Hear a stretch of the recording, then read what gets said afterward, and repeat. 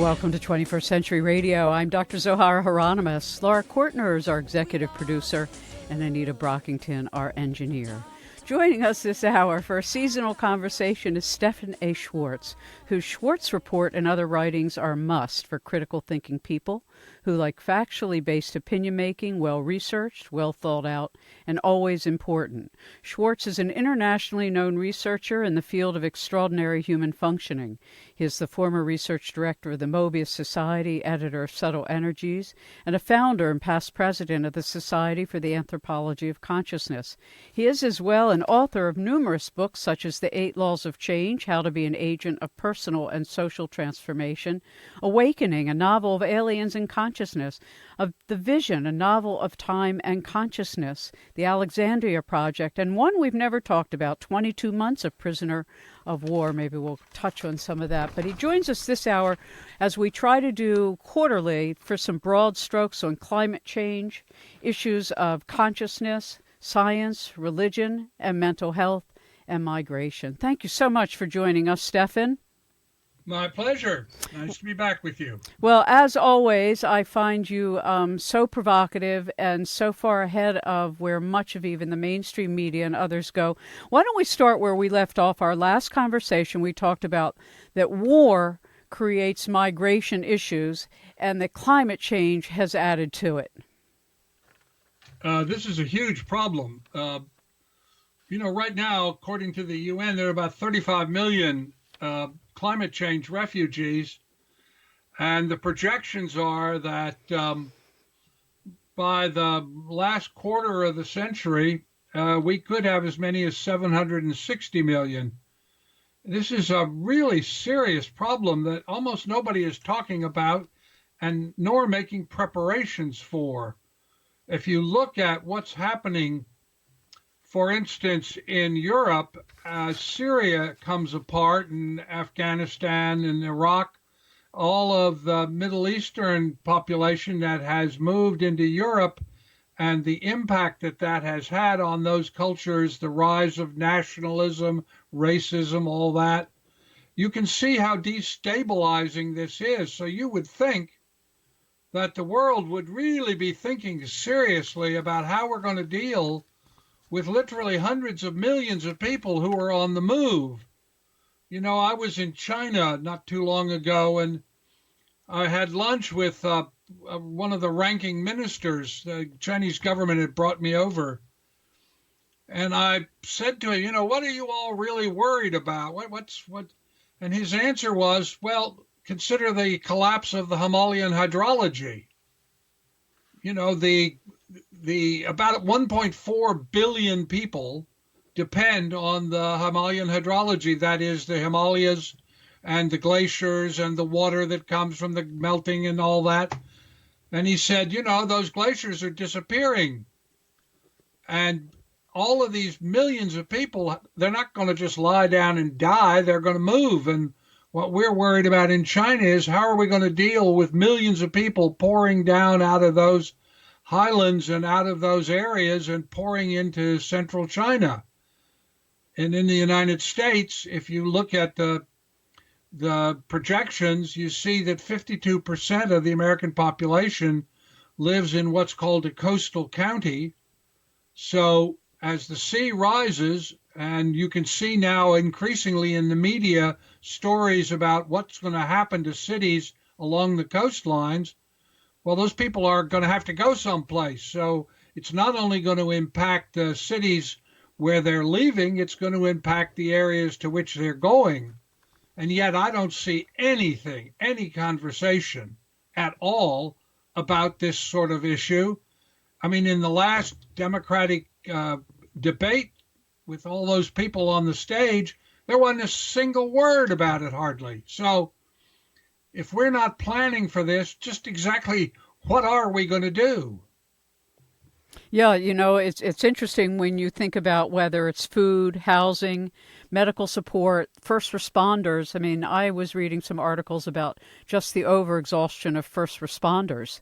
And of course, it also has to do a great deal to do with at least what I feel is to focus on local economies so that at least there's some resiliency in areas where masses of people will be moving. I remember after the big storms in Texas a couple years ago, the areas that did well already had CSAs, they already had soup kitchens, they already had neighborhood community associations that had practiced working together. So they were, in effect, the first responders.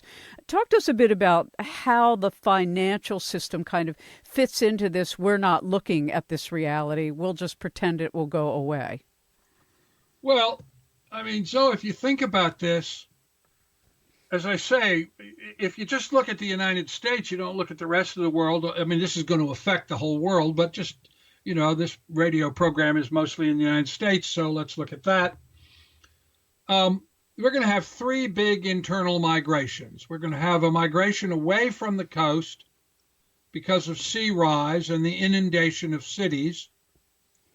We're going to have a big migration out of the southwestern states because of lack of water and the fact that temperature is going up really significantly. I mean, I've seen projections from people who do climate analysis that Phoenix, for instance, might have as many as 100 days a year when the temperature is 122 degrees.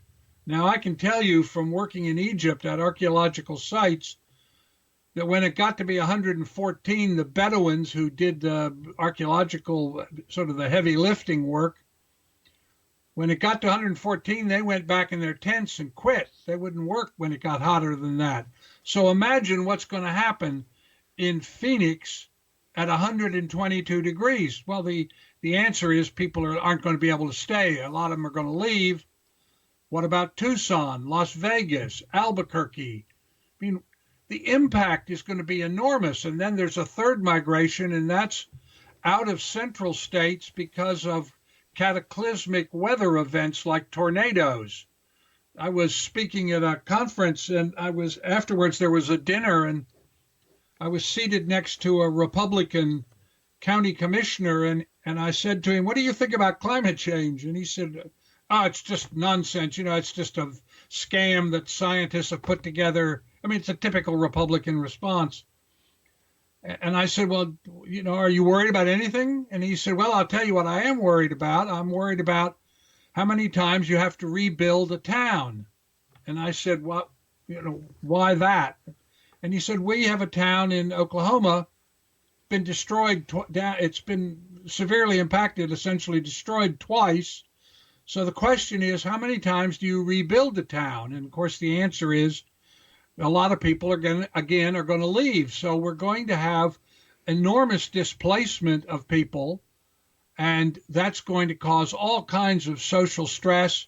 I spoke at a medical conference about this, and I said to them, would your emergency room be prepared for 1,000% increase in emergency room visits? And there was this kind of nervous laughter. And they said, "Well, no, of course not. I mean, we can barely do what we have." If you look at the rural states in the United States, because we don't have a healthcare system, we have an illness profit system. Many of these rural hospitals are closing. So people aren't going to have any medical care at all.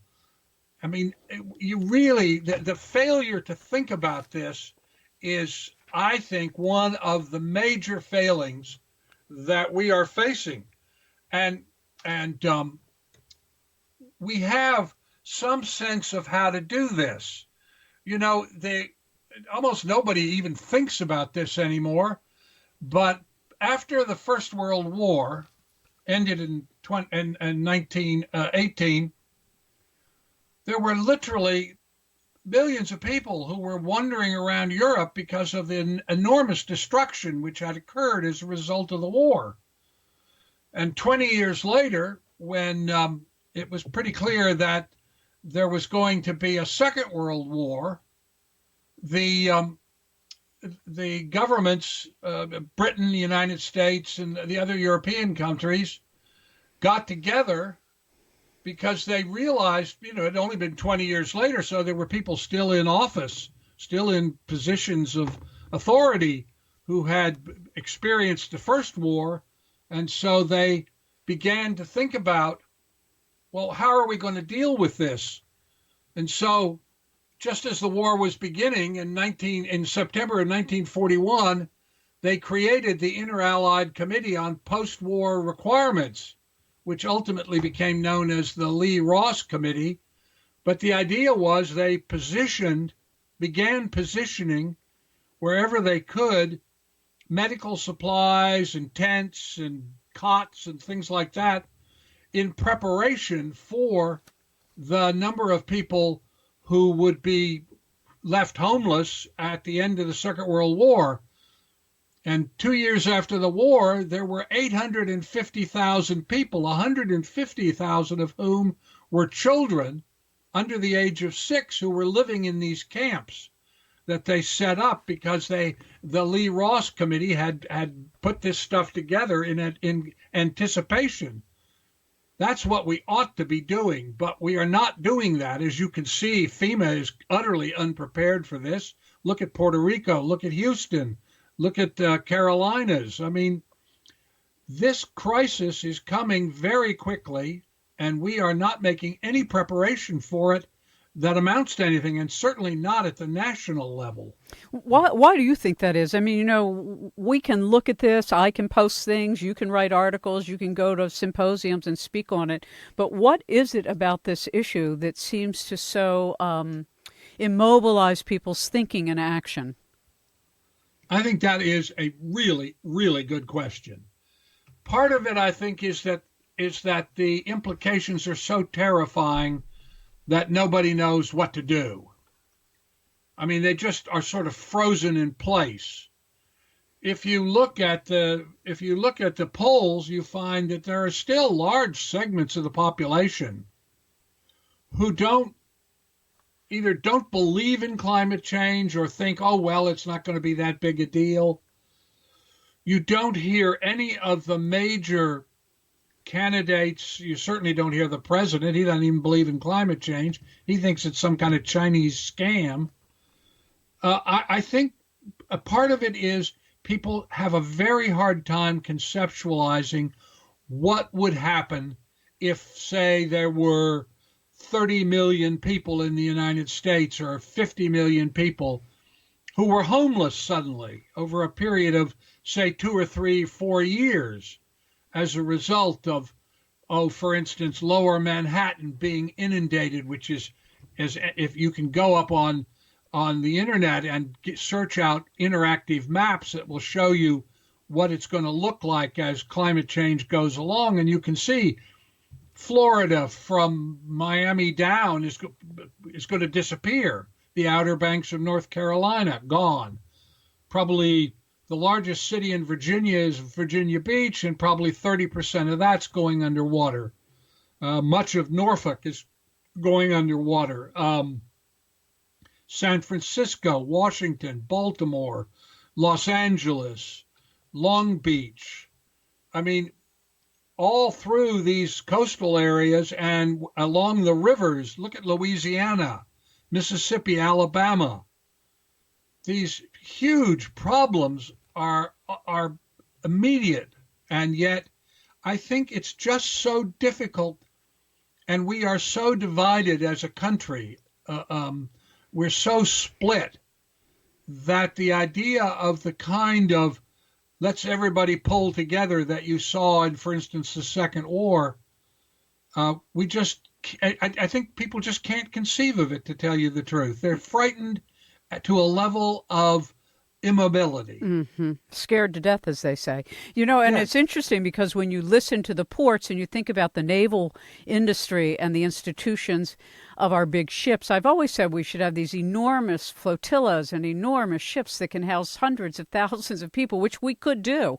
And like you're saying, for those of us who have thought on these things for decades, not just this last week, and have seen this coming, and you would hope that enough of the public would also have their eyes open. But when the media doesn't cover these issues and instead just kind of skims the surface with the latest political battle over a particular, one-on issue, there is the loss, I think, of the broader picture and the scale of what it is we actually have to address. If you're just joining us, our guest is Stephan Schwartz. I encourage you to read his report, subscribe to it at www.schwartz, SCHWARTZ report.net. That's schwartzreport.net. And I say I give him in my proxy on Facebook.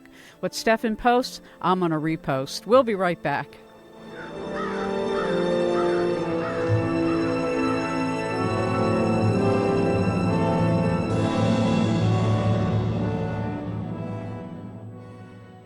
This is Andrew Fellows, Chesapeake Regional Director for Clean Water Action. You can find information at cleanwateraction.org or cleanwaterfund.org. You're listening to 21st Century Radio with Dr. Zohara Hieronymus. Welcome back to 21st Century Radio. Stephan A. Schwartz is our guest. Find him online at www.schwartzreport.net. That's SCHWARTZ report.net, or on Facebook at Schwartz Report, spelled the same. So, Stephan, coming back then after this discussion of the reality we face that our economies, our states, our counties don't seem willing to address, which will be the massive migration from coastal cities and lowland in the middle of the country as well. You know, when the Gulf opens up and we see the middle of the country split. When you look forward, as you often do in the things you write about, and one of them is mental health, with so much stress in general, whether it's geopolitically or locally or subconsciously or unconsciously, people are stressed by more things than just ideas. Let's talk a little bit about mental health in general. Oh, that is actually, I'm very glad you raised that, because that is a truly significant part of this, Zoe.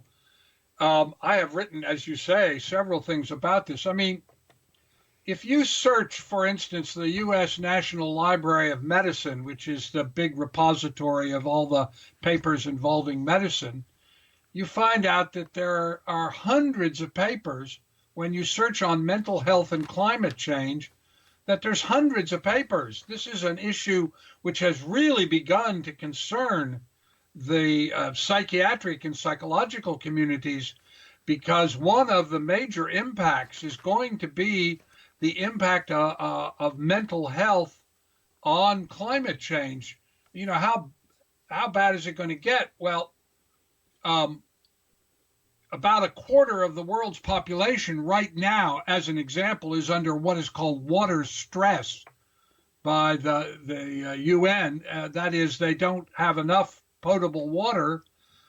In parts of Africa, children don't go to school because they have to spend the whole day walking miles with a bucket on their head to get enough water to walk back in order to prepare food.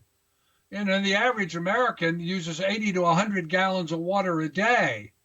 And that just, that level of consumption is just extraordinary. So when you begin to stress people because they can't get enough water, or they can't bathe often enough, imagine the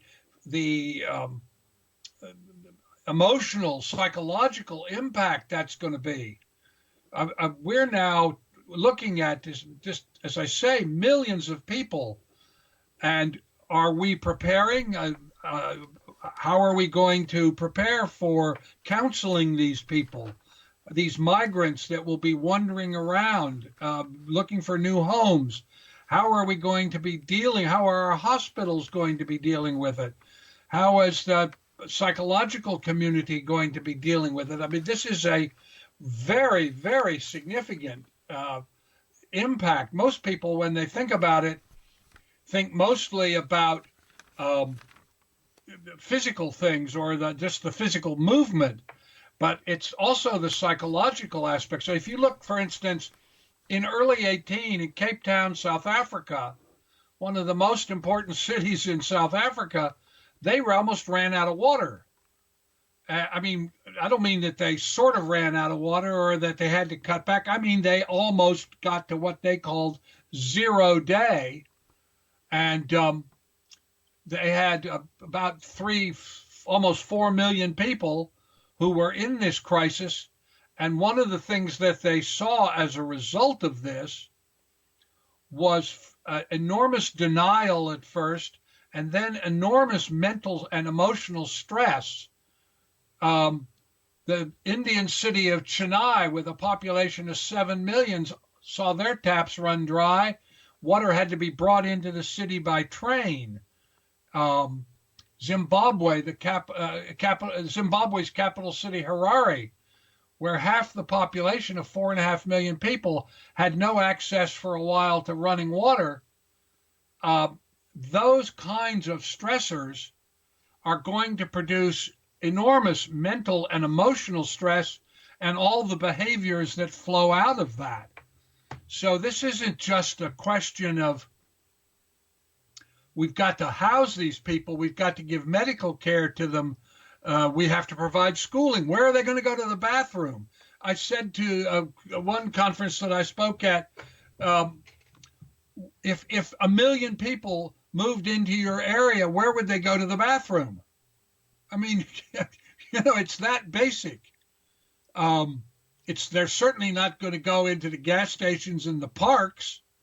So that where are they going to go? So they're going to go on the streets probably, and you're going to see the kinds of problems that you see in Los Angeles in the homeless areas magnified 1,000-fold. So I would suggest to you that mentally, physically, emotionally, one of the things we ought to be discussing in our political debates for 2020 is how are we going to prepare for this?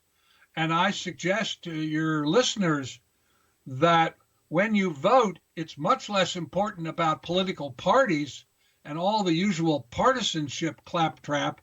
What you really need to start thinking about is who is talking about fostering and supporting well-being, because that's what's going to matter to you 10 years from now. Some of the things about ocean ecosystems, I mean, because truthfully, this whole issue of climate change impacts the entire planetary population. And it will have a rolling effect depending on where you live, what you have, and what part of the world you're in. But as you pointed out, we have enough trouble right here in the United States of America with the coastal cities we have and the lowlands. But we do see that the ocean ecosystems themselves in some areas are verging on collapse. And when you think about the dependency of so much of the world on wildlife, fishing, etc., that we're also talking about the impact of loss of food and on the farmlands, and then when the aquifers are low, or when we don't get the rain and we have droughts, or when we have too many fires. So food scarcity is another reality. It's not just water and it's not just mental health, but the very basics of food. Oh, absolutely. Well, I mean, just consider the collapse of the bees.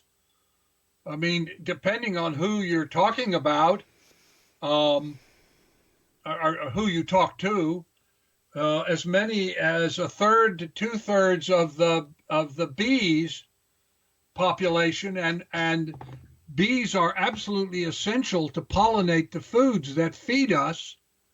Or you look at the birds. I mean, that's a whole other thing. Birds are vanishing from North America. The impact is just profound. There are 2.9 billion fewer birds taking wing right now than there were 50 years ago. When I go around and talk to people, present at groups or something, and I hear over and over again, you just don't see the birds anymore. You don't see butterflies anymore. You don't see bees anymore. And I encourage people, and I encourage your listeners, if you live in an area, if you live in a house or even an apartment building that has a little bit of property around it, plant plants that will attract and support bees and birds, because our well-being is dependent on this. I mean, the bird population has fallen by 29% since 1970. If we don't, as individuals, make an effort to provide forage and housing for birds and bees, we're just not going to have food. And if you look at the farmers and you look in the farm literature, over and over you see increasingly the impact of climate change on farmers, a very conservative lot, and because of the way their finances work, the increasing financial stress that farmers are going under. When I think of this, for instance, I live out on an island off the coast of Washington State, and we have a few acres, and my wife and I have made a real commitment to plant plants that will support bees and birds and butterflies. And we still see a lot of birds. And because I think if you think of it from the point of view of a bee or a bird, you're kind of flying over, and it's kind of like flying over the ocean. Most of it, there's no place to go, there's no help. And then occasionally you see these little islands where you can get safe harbor, where there's something to eat, there's a place to make a nest or a place to put a hive. So if everybody would begin to think in those terms and realize creating islands of safety for birds and bees is an enormously important thing that any ordinary individual can do, because if they don't do it, then the ecosystems are breaking down, and the same thing's true in the oceans. The acidification of the ocean, the rise of the temperature, the amount of pollution, and the plastics, these microplastics that enter into the food chain, so that you catch a fish and their bodies are filled with these little microplastic things. We are in a crisis, and we need to individually begin doing whatever we can to provide safe harbor and support for these ecosystems, because their collapse is our collapse. No doubt about it. And, it's an interesting phenomena in the worship of, the hero, the cult of the hero, or the Hollywood figure, or the politician. And we've grown up now for about 100 years with the diminishment of the individual thinking that they matter unless they have wealth or position or place or power. And the tragedy is, as you often hear people say, well, what can I do? I'm only one person. And as you and others point out, if all of us did something of value, that adds up to a great deal, each in our ecosystems, wherever it is. Absolutely. What people don't realize is that there is no force on earth more powerful than the collective action and intention of ordinary people. I mean, that's how Gandhi got independence for India without having to fight a war. He changed the consciousness of the country. And the British weren't forced out, they chose to leave because it became unsustainable. So the idea that you have to be rich or powerful or, have an official title or an army, that's the story that gets told. But the reality is, when individuals make individual choices, huge things change. Look at the Me Too movement. Look at the gay to LGBTQ movement. Those are huge social movements where consciousness changes. And we know from the research that was done at Van Rensselaer Polytech that whenever 10% of any group, whether it's a church group, a school group, or a nation, changes in consciousness, the whole cohort has to change to accommodate it. So if you think about it that way, what you're really talking about is, what can I as an individual do? And the answer is, every day you make hundreds of choices. You choose to buy certain things, to go certain places, to patronize certain stores. And if you begin to realize that every one of those choices is a vote, and you choose to only vote for that which is fostering of well-being, so that in any place where you have a choice to make, you always choose the option that is the most compassionate, life-affirming, and supportive of well-being, and you tell your friends you're doing this as a discipline and invite them to join you, that just the people that are listening to this program have the power to change the course of American history. Beautifully said. If you're just joining us, Stephan A. Schwartz is our guest. You can find him online at www.schwartzreport.net, SCHWARTZ report.net. And also, The 8 Laws of Change, by the way, is a fantastic book, How to Be an Agent of Personal and Social Transformation, a Park Street Press release. We'll be right back. You can also find Stephan on Facebook at Schwartz Report.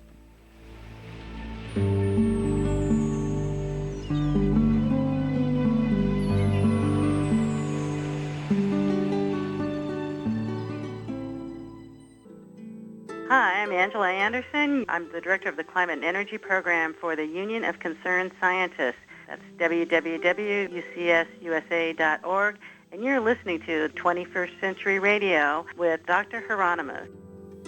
Welcome back to 21st Century Radio. Stephan A. Schwartz is our guest. Find him online at www.schwartz, SCHWARTZ report.net. That's schwartzreport.net, or on Facebook at Schwartz Report. So, Stephan, one of the books you've written we've never really talked about dealt with the imprisonment of the Confederates, and that goes back to the Civil War. And I was wondering, given your expertise in detailing the difference between red states and blue states, both in economy, social welfare, education, etc., you recently posted a comment about a Washington Post story that the United States, we've passed our leadership and we've now dropped to 27th in the world for education and health. Do you see anything similar to the divisions that existed before when you did all that research on the Civil War and today? Oh, yes. I think we are as separated in many ways as we were at the beginning of the Civil War period. That is the problem. I mean, if you look, for instance, if you look at 538, Nate Silver's 538 meta-analysis of all the polls, you can see that Donald Trump's approval rating changes very, very little. I haven't looked today, but yesterday I think it was at 42.5. You would think that given everything that's going on, that there would be enormous flux, but there isn't, because there is a large percentage of the population, mostly older, white, people with strong racial attitudes and a lot of fear of loss of place, a lot of fear of the loss of the Abrahamic idea that we have dominion over the earth and that males are superior and women should be subordinate. And they feel like they're losing their get-out-of-jail card that they had just because they were white people.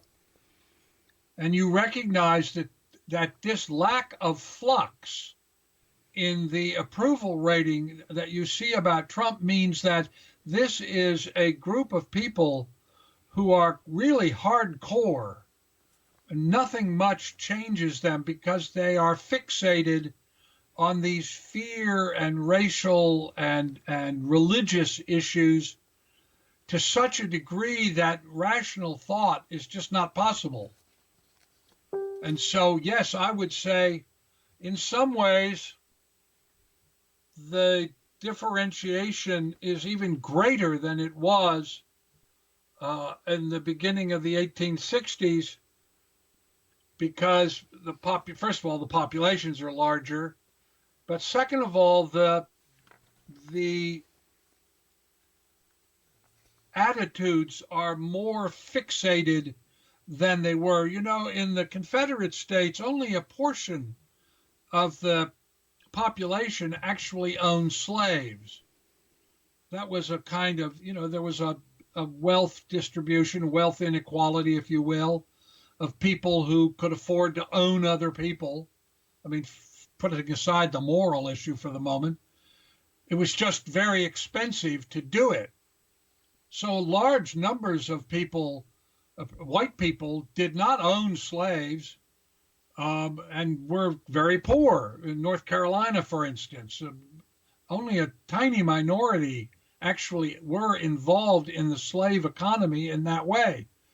Well, it's a much larger percentage of people are now involved in the sort of the Trumpian worldview, I guess we'd call it.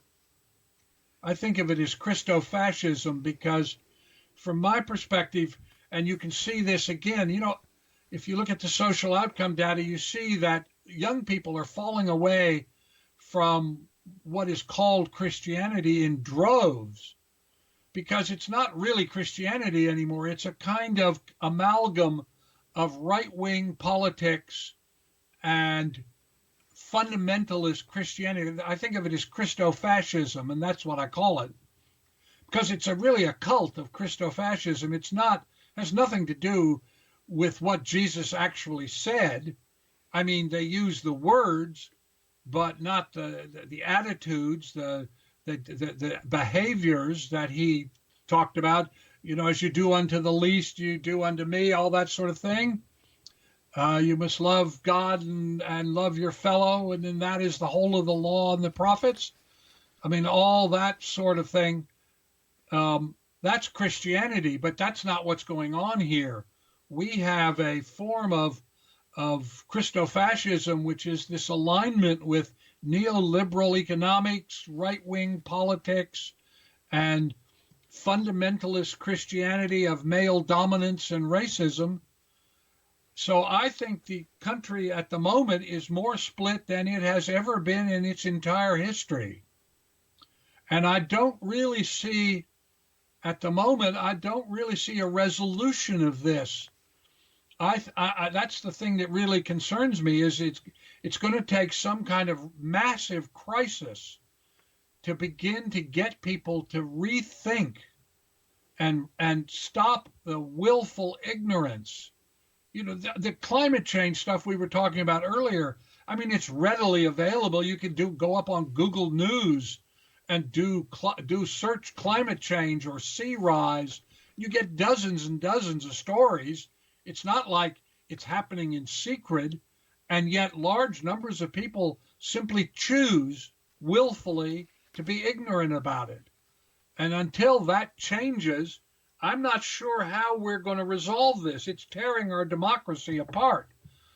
And the only thing that I can see that's going to change it is some kind of cataclysm that forces people to give up their fixed opinions to begin to think about new ways of considering things. One of the good, prosperous things, let's close with this, science is undergoing a revolution. Consciousness was for 300 years completely divorced from science as a result of the Council of Trent, 1545 to 1563, where science and consciousness were split.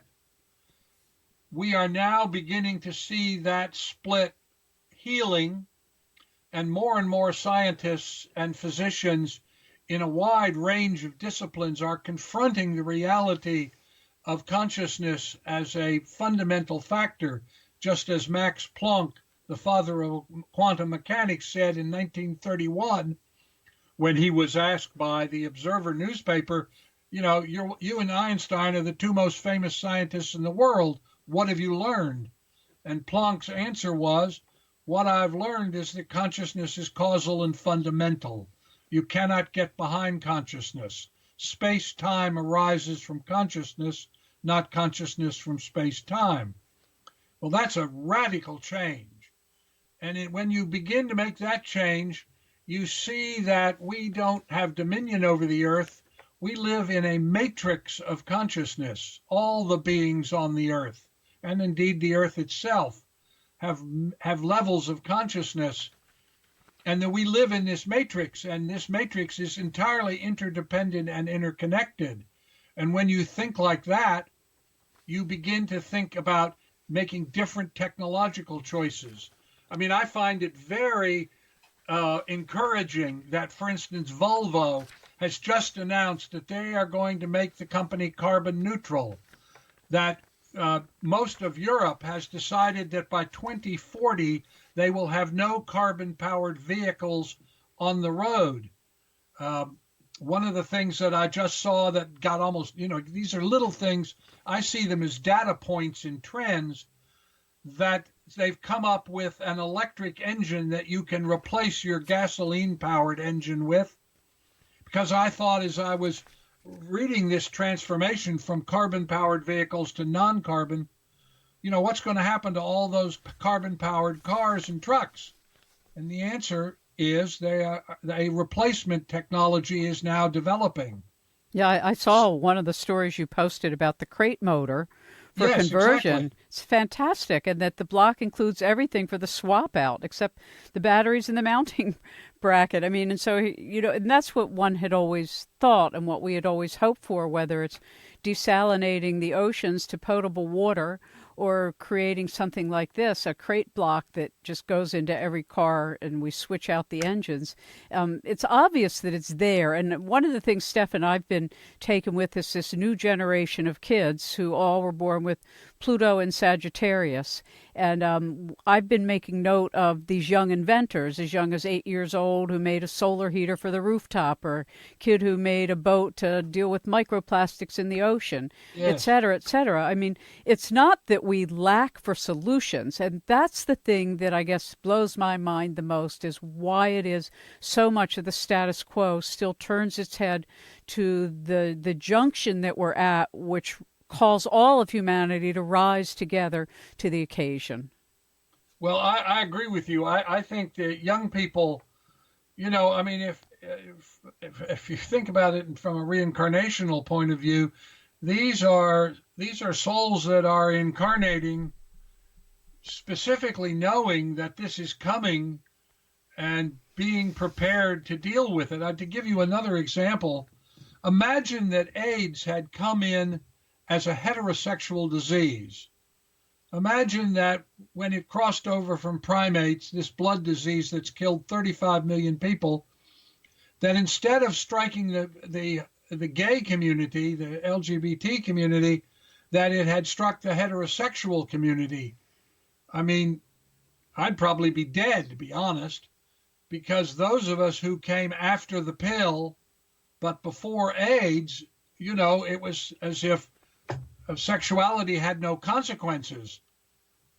And yet a group of souls incarnated as gay men, I mean, they gave up their lives to buy time to develop the drugs that would be able to deal with this situation. So, I mean, this is a whole other program, a whole other story. You look at this research. But yes, I am encouraged by young people. It is not that we don't have the answers. It is that we have to change the social values. We have a country in which profit is the only social priority, not wellness, not well-being, not climate change, not anything. It's all about profit. And so we have to begin to create a society that supports and fosters well-being, from the individual to the family, the community, the state, the nation. That's a choice individuals make. That's not something you can pass a law about. And I am encouraged that so many young people are really committed to this and understand that the fostering of well-being has to be the first priority. So that makes me hopeful. And I value all the hope I can get. I can tell you that. Yeah, I feel the same way. I'm doing a series with these young activists from around the country, primarily, because I find that, the things we struggled to try to communicate to our socio-political peers, they take as a baseline for a given, whether it's social justice or racial equality or economic, affordability, living wages, et cetera. Everything that is part of their platform comes out of the social justice movement that so many of us have spent a half a century trying to advance. And it's a beautiful thing from my vantage point, and I'm sure you and all the other elder activists like us feel the same. That day of September 20th, 2019, just brought tears to my heart. I felt like finally, there are others to join us. Yes. I think we're going to see where we stand in the 2020 election. this election is going to turn on suburban women, African Americans, and young people. It's just a question of how many turn out and vote. Exactly. Because I agree with you. They come in accepting the idea that fostering well-being is the right way to go. They don't have to be convinced about it. They see it. They see the implications of it, and they recognize this interdependence. And that, I think, is one of the most consoling and optimistic things that I see in the world today. Amen. I second the same thing. So may it only continue to increase, and may we give their support. And I tell everybody in the work to read your book, The 8 Laws of Change. Learn more from Stephan A. Schwartz online at schwartzreport.net and on Facebook at Schwartz Report.